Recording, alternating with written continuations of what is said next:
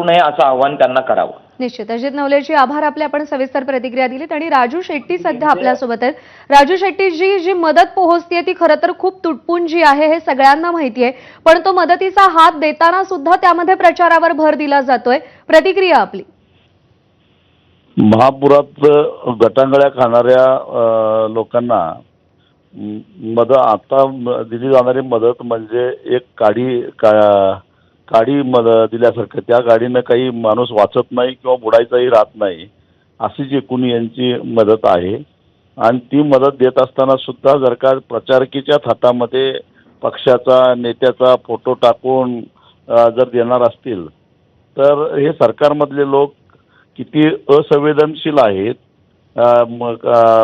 पत्थर दिलं आहेत हे याच्यावरून लक्षात येतं। यांना लोकांना मदत करायची नाही तर मदत करण्याचं नाटक करायचं आहे। बरं, ही जी मदत दिली ही काय रोजगार हमीच्या कामावर जाऊन पगारातनं मदत दिली अशातला भाग नाही। त्यांचे धंदे काय आहेत, कशा पद्धतीनं पैसे कमावलेले आहेत हे सगळं माहीत आहे। आणि ते देत असताना सुद्धा अशा प्रकारचा प्रचारकीच्या थाटामध्ये म्हणजे कदाचित पुढच्या महिन्यामध्ये जिल्हा परिषदेच्या निवडणुका आहेत त्याच्यामध्ये आपल्याला फायदा व्हावा या हेतूनं दिलेली जी मदत आहे ती खरं तर अत्यंत निषेधार्ह आहे।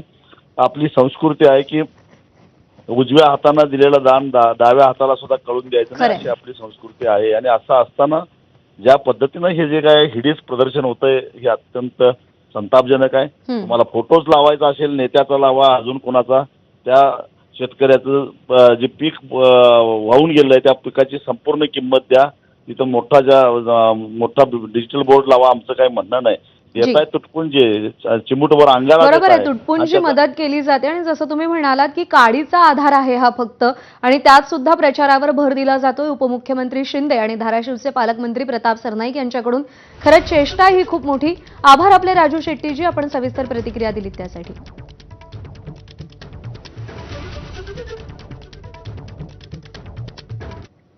आणि यानंतर बुलेटिनमध्ये महत्त्वाच्या बातम्या